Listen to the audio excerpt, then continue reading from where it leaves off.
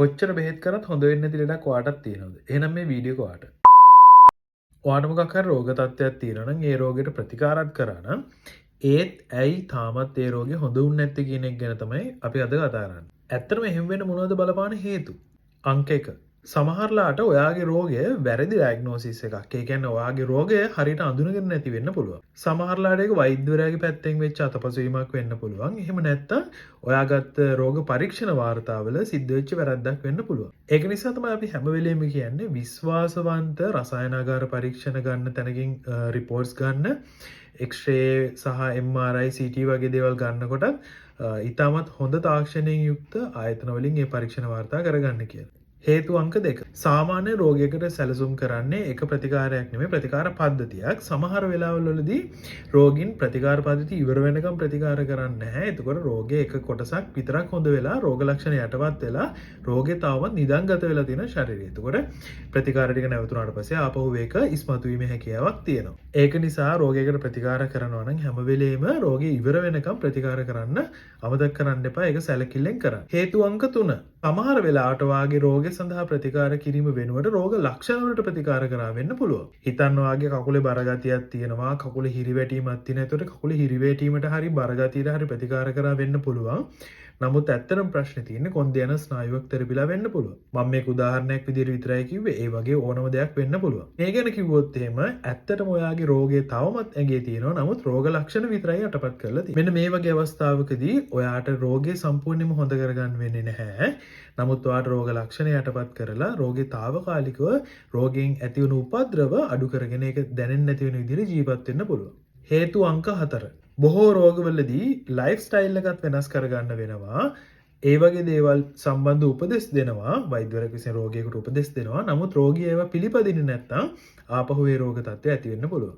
හිතන්න කොන්දේ අමාරුවක් තියෙන කෙනෙකුට ඉඳ ගන්න ඕන විදිහ, බර ඔසවන්න ඕන විදිහ, ඒව සම්බන්ධ පරිස්සම් වෙන්න ඕන විදිහ ගැන වෛද්‍යවරයෙක් රෝගියාට උපදෙස් දෙනවා. නමුත් ඒවා අනුගමනය කරන්නේ නැතුව ගියොත් ආයෙත් කොන් දෙකක් වෙන්න පුළුවන්. ඒ විතරක් නෙමෙයි සමහර රෝග තත්ත්වවලදී ගන්න එපා කියන ආහාර වර්ග තියෙනවා. ඒ වගේ ආහාර ගත්තොත් ආයෙත් අර පරණ රෝග තත්ත්වයන් ඇති වෙන්න පුළුවන්. අන්න ඒ නිසා හැම වෙලෙම වෛද්‍යවරයෙක් ලබා දෙන උපදෙස් පිළිපදින එක හරිම වැදගත්. අංක 5.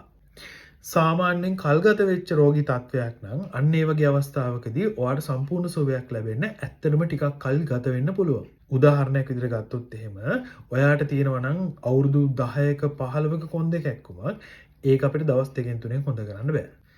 ඒ වගේම අස්ථි බිඳීමක් වගේ තත්වයකදී යම්කිසි කාලයක් ගත වෙනවා ඒ අස්ථි බිඳීම ආපහු පරණ විදිහටම සවි වෙන්න. කොච්චර ඉක්මන් කරත් ඒ වගේ දේවල් වලට සාමාන්‍යයෙන් කාලයක් ගත වෙනවා. මේ වගේ කල්ගත වෙච්ච රෝග තත්ත්වයන් වලදී ඒවට ප්‍රතිකාර කරනකොට ඇත්තටම හොඳ ප්‍රතිඵලයක් ලැබෙන්න යම්කිසි කාලයක් ගත වෙන්න පුළුවන්. ඒතකොට රෝගියට හිතෙන්න පුළුවන් එයාගේ රෝගය සම්බන්ධව ප්‍රතිකාර ආන්සර් කරන්නේ නැහැ. ඒ ප්‍රතිකාරයට වැඩ කරන්නේ නැහැ වගේ එකක් රෝගියට හිතෙන්න පුළුවන්. ආයුර්වේද ප්‍රතිකාරවලදී අපි අවධානය යොමු කරන්නේ රෝගයේ හේතුවට. ඒ වගේ රෝග මූලයට අපි අවධානය යොමු කරලා ප්‍රතිකාර කටයුතු කරගෙන යනකොට යම්කිසි සැලකිය යුතු කාලයක් ගත වෙන්න පුළුවන්.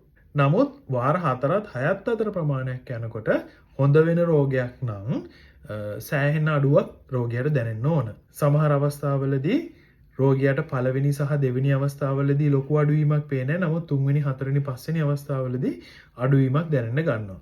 මේක රෝගියාගේ රෝග තත්ත්වයේ මත රඳා පවතිනවා. ඒක නිසා ඔයාගේ රෝග තත්ත්වයටත් ප්‍රතිකාර ආරම්භ කරලා තාමත් ප්‍රතිඵල නැත්තම් ඉවසීමෙන් ප්‍රතිකාර කටයුතු කරන්න. වතාවල් කීපයක් ප්‍රතිකාර කරාට පස්සේ අඩුවීමක් නැත්නම් ඒ පිළිබඳ වෛද්‍යවරයාගෙන් විමසන්න. රෝග පරීක්ෂා සිද්ධ කරන්න. විශේෂයෙන් වෛද්‍යවරයාගේ සුසුකම් පරීක්ෂා කරලා බලලා වෛද්‍යවරයා සුසුකම්ලත් වෛද්‍යවරයෙක් නම් ඒ වෛද්‍යවරයා පිළිබඳ විශ්වාසයෙන් ප්‍රතිකාර කටයුතු ඉදිරියට කරගෙන යන්න. මම එහෙනම් සුබ පතනවා ඔයාගේ රෝගයත් ඉක්මනට හොඳ කරගන්න ලැබෙන්න කියලා. කියන්න අමතකුණා සමහර රෝග තියෙනවා හොඳ කරන්න බැරි රෝග. අපි කියන අසාධ්‍ය රෝග කියලා. ඒ අසාධ්‍ය රෝගයක් නම් ඒ බව වෛද්‍යවරයා මුලින්ම පැහැදිලි කරයි ට්‍රීට්මන්ට් එක පටන් ගන්න කලින්. සමහර රෝග තත්ත්වයන් තියෙනවා රෝගය අසාධ්‍ය නැහැ. නමුත් ඖෂධ මගින් පාලනය කරන්න පුළුවන් රෝග. ඔයා ප්‍රතිකාර ගන්න එන පළවෙනි අවස්ථාවේදී වෛද්‍යවරයා පිළිබඳව දැනුවත් කරා. එහෙම නොවන බොහෝ රෝග ශල්‍ය කර්ම මගින් හරි ඖෂධ මගින් හරි සුව කරන්න පුළුවන් රෝග විදිහට තමයි අපිට ගන්න වෙන්නේ. මේක මේ සංකීර්ණ වර්ගීකරණයක් මම මේ හරි සරලව පැහැදිලි කරේ. වීඩියෝ එක ඔක්කොමත් හදලා ඉවර වෙන්න ඕන මෙන්න තියෙන කොටත් මේ ටික ඇඩ් කරේ. මේ ටික නොකිව්වොත් මේ වීඩියෝ එක සම්පූර්ණ නොවෙන හින්දා. එහෙනම් බොහොම ස්තුතියි මෙච්චරලා වීඩියෝ එක බලුවට. ඊළඟ වීඩියෝ එකෙන් අපි ආයෙත් හම්බෙමු.